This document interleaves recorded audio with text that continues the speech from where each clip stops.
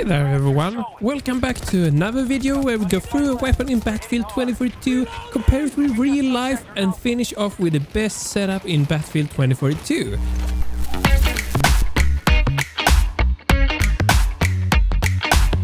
Today is the PBX 45, the SMG that no one talks about.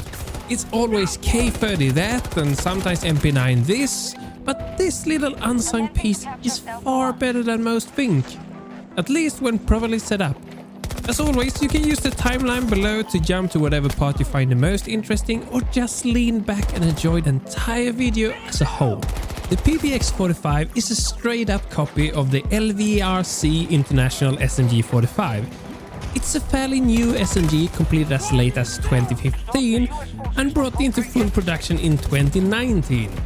It's a bit weird, because I can find the weapon on the LVRC International website, but there don't seem to be any wiki page and generally just a lack of information. Most information actually comes from various video games, much like Battlefield 2042, and that isn't really any reliable source of information, is it? In short, it's a SMG that is based on the AR platform, the AR-15 if various fandom pages are to be believed. The goal of the construction is to be very compact, yet deliver high damage output per bullet. So in many aspects, it's unlike for instance the Vector and the MP9, which focus more on high rates of fire. As the name indicates, it uses 45 ACP rounds, but there are plans to also support 9mm and 40 rounds in the future. In Battlefield 2042, the PBX is a bit of an underdog when it comes to SMGs. The segment has really been dominated by the K30, and that tendency continues to go on even when DICE tries to balance for instance DMRs to be more efficient.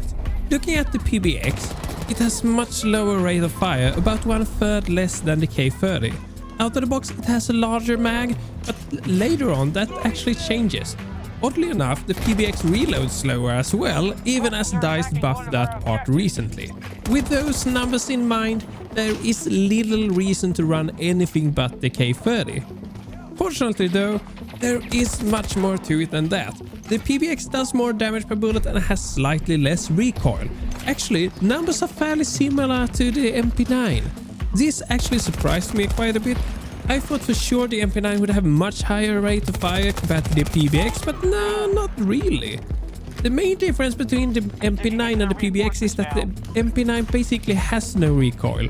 But to compensate slightly, the bullet velocity of the MP9 is only 330 meters per second, while it's 400 meters per second for the PBX.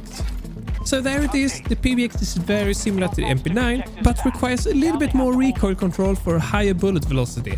I think that's why many prefer the MP9. The bullet velocity doesn't really matter that much when recoil control is easy.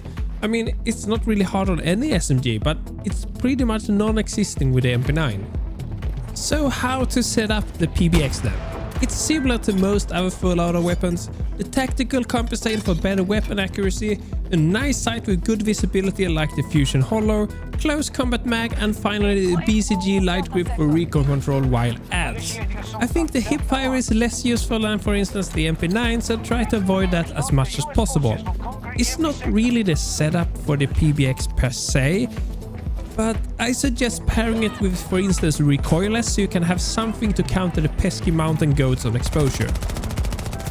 So to my surprise, the PBX turned out to be almost as good as the MP9.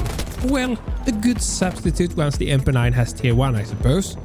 You know, I played the PBX the other day and I said to my friends, DICE has done a really good job balancing weapons, because once you play them for a while, you think they're just as good.